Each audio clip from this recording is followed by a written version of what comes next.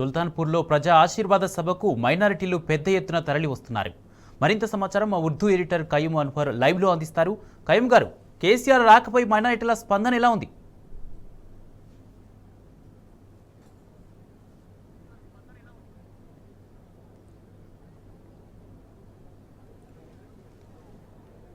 కయ్యూమ్ గారు చెప్పండి. హలో,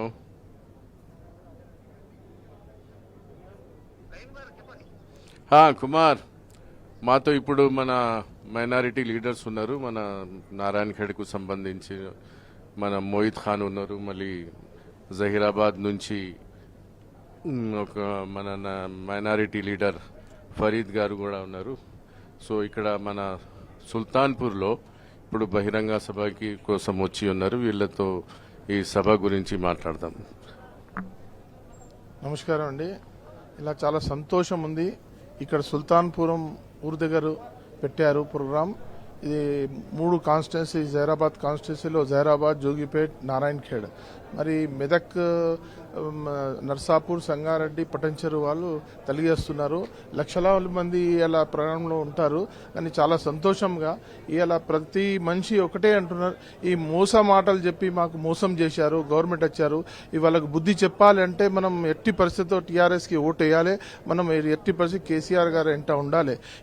అవకాశవాదులు ఎవరెవరో ఉంటారు, పార్టీలు వచ్చి బెనిఫిట్ చేసి ఇలా వెళ్ళిపోతున్న వాళ్ళకి హెచ్చరిస్తున్నారు. వాళ్ళు అంటున్నారు వచ్చారు, పార్టీలో ఎంతో బెనిఫిట్ తొరిగారు, కానీ దాని తర్వాత వాళ్ళు పార్టీ ఇచ్చి వేరే చోట వెళ్తున్నారు. దాంతో ఏం బెనిఫిట్ కాదు. దాని ఎందుకంటే మా ఇంతకుముందు 24 ఎమ్మెల్యే వచ్చినప్పుడు అట్లనే కొంతమంది వెళ్ళిపోయారు. దాని తర్వాత మన బూస్టప్ మన పార్టీ అయింది. దాని తర్వాత కేసీఆర్ గారు ముఖ్యమంత్రి అయినారు. ఇవాళ మైనారిటీ గురించి చాలా మాటలు చెప్పారు. సబ్ ప్లాన్ అన్నారు, 4000 అన్నారు, ఎన్నో చెప్పారు. కానీ ఇప్పుడు వరకు ఏం ఇంప్లిమెంట్ కాలేదు. దురదృష్టం అంటే మన 10 సంవత్సరాల నుంచి మైనారిటీస్ వాళ్ళకు ఇఫ్తార్ బిందు, ఇఫ్తార్ ప్యాకెట్స్ ఇస్తుండే. కానీ దురదృష్టం ఇవాళ మన రేవంత్ రెడ్డి గారు వచ్చిన తర్వాత మనకు ఏం ఇఫ్తార్ బిందు లేదు, మనకు ఏం ప్యాకేజ్, గిఫ్ట్ ప్యాకెట్ లేదు. చాలా మన బాధాకరమైంది. ఇది మన మైనారిటీస్కి అయితే చిన్న చూపి చూసి ఆయన మొన్న మీటింగ్ లో ఏం చెప్పారు, ఆస్తక్లో చెప్పారు, మేమే రాజీవ్ గాంధీ గారు ఓపెన్ చేశారు, మేమే మస్జిద్ గులగొట్టాము, ఏం మాట్లాడుతున్నారని చెప్పారు. మీరు చూడండి ఆ ఆస్తక్ అదాలత్ లో ఆయన ఎంత బ్రహ్మాండంగా చెప్పారు.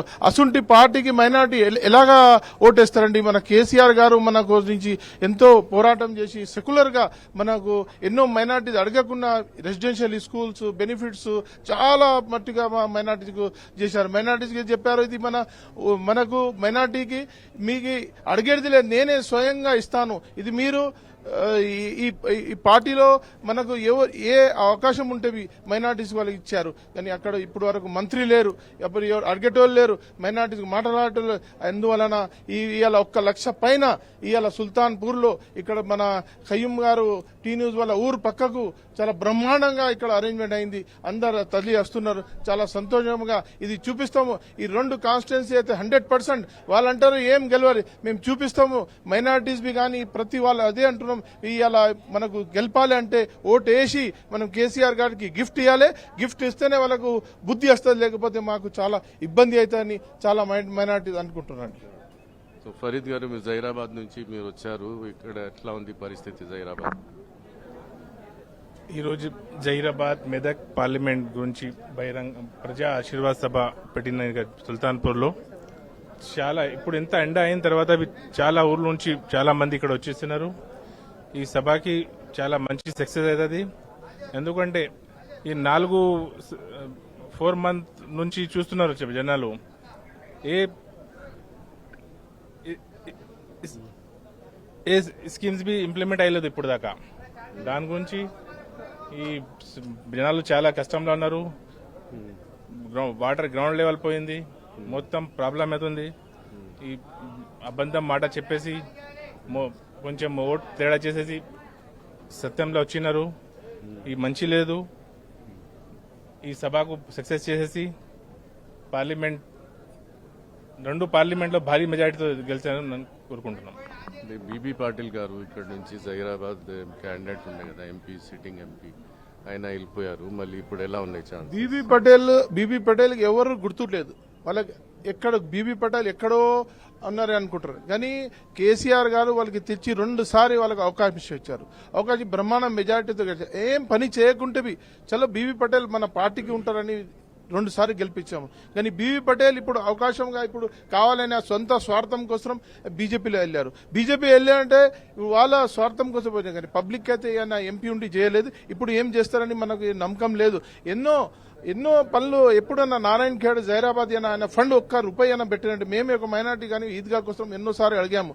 ₹1 ఇవ్వలేదు. ఎక్కడ ₹1 ఇవ్వాలంటే నేను ఛాలెంజ్గా చేస్తాను కానీ ఇవ్వలేదు. ఆయన సొంతంగా ఆయన ఏదో ఊర్లో పెట్టుకున్నారు. ఆయన పర్సనల్ ప్రాపర్టీకి పెట్టుకున్నారు ఫండ్స్. కానీ అని ఏం లేదు. బీవీ పటేల్ గారు ఇప్పుడు బీజేపీలో పోయి సొంత వాళ్ళ అవకాశం కోసం వాళ్ళు పనిచేయారు. కానీ ఎవరు ఇలా మైనార్టీ కానీ హిందూస్ కానీ ఎవరు కానీ వాళ్ళు ఒకటే అంటున్నారు, మనం కేసీఆర్ గారికి చేయాలి. మా కేసీఆర్కి ఎవరు మోసం చేశారు వాళ్ళకి ఎట్టిన బుద్ధి చెప్పాలి, వాళ్ళకి ఎట్లా ఓటు వేయాలి, వేసి మనకు మన బీఆర్ఎస్ క్యాండిడేట్కి ఎట్టి పరిస్థితి గెలిపించాలి అని అనుకుంటున్నాం. ఇప్పుడు మార్నింగ్ నుంచి మేము వచ్చినాం. మా టీం కూడా మొత్తం తిరుగుతుంది. ఇక్కడ మెదక్ కాన్స్టిట్యున్సీలో కూడా తిరిగినాము. అక్కడ వెంకట్రామరెడ్డి గారు IAS retired IAS are volunteer retirement తీసుకున్న ఐఏఎస్ ఆఫీసర్ మన క్యాండిడేట్. అయితే ఆయన మంచి పేరుంది. ఆయనకు మంచి కలెక్టర్ కూడా ఉండే. ఇప్పుడు మంచి నాయకుడు కూడా తయారవుతున్నాడని వాళ్ళకి ఎంత మెజారిటీతో ఆయన గెలవచ్చు. ఆయన వెంకటరామరెడ్డి ఒకటి మనం తెలుసుకున్నాలి. ఆయన ఐఏఎస్ ఉన్నాక రిజైన్ చేసి కేసీఆర్ గట్ట మాట ఇచ్చి ఎమ్మెల్సీకి వచ్చారు. ఎందుకు వచ్చారు? పబ్లిక్ కి సేవ చేయడానికి వచ్చారు. ఇక్కడ వేరే చోట్ల చూడండి ఎవరో సంపాదించడానికి వస్తారు. కానీ ఈయన వెంకటరామరెడ్డి స్వయంత కోటేశ్వరుడు అన్న కంపెనీ ఉంది. ఆయన ఎమ్మెల్యే ఐఏఎస్ ఉన్న తర్వాత బిజినెస్ చేసి పబ్లిక్ సేవ చేయడానికి వచ్చింది. అది పబ్లిక్ గుర్తుపట్టుకుంటున్నారు. ఎట్టి పరిస్థితి ఆయనకు 1,00,000 మెజారిటీతో వాళ్ళు గెలిపించాలని మెదక్ కాన్స్టిట్యున్సీలో వాళ్ళు తెలుసుకున్నారు. ప్రతి వాళ్ళు బ్రహ్మరథం బట్టి వాళ్ళకి వెంకటరామరెడ్డి ఎట్టి పరిస్థితి గెలిపించాలి అంటూ. ఎందుకంటే ఆయన చాలా స్వార్థంగా లేదు. ఆయనకు పబ్లిక్ కి సేవ చేయని ఉంది. అందువలన పార్టీలో ఆయన ఎంపీ టికెట్ ఇచ్చారు కేసీఆర్ గారు. హరీష్ రావు గారు చాలా కష్టపడుతున్నట్టు ఉన్నారు ఇక్కడ. హరీష్ రావు అయితే డిస్ట్రిక్ట్ మినిస్టర్ ఉన్నారు. ఆయన అయితే కష్టపడుతున్నారు. ప్రతి కాన్స్టిట్యున్సీ ఆయన హరీష్ రావు అంటే టీఆర్ఎస్ పార్టీ అనుకోండి, టీఆర్ఎస్ అంటే హరీష్ రావు అనుకోండి. హరీష్ రావు గారు ఎట్టి పరిస్థితి ఆయన దత్తా తీసుకున్నా ఉన్నారు. ఇప్పుడు మీరు సుల్తాన్పూర్ కు దత్తా తీసుకున్నారు. ఇక చాలా బ్రహ్మాండ పబ్లిక్ సంతోషంగా ఉన్నది. మరి ఇప్పుడు హరీష్ రావు గారు ప్రతి ఊరు ప్రతి వీళ్ళు హరీష్ రావు టెలి కాన్ఫరెన్స్ లో టచ్ లో ఉన్నారు.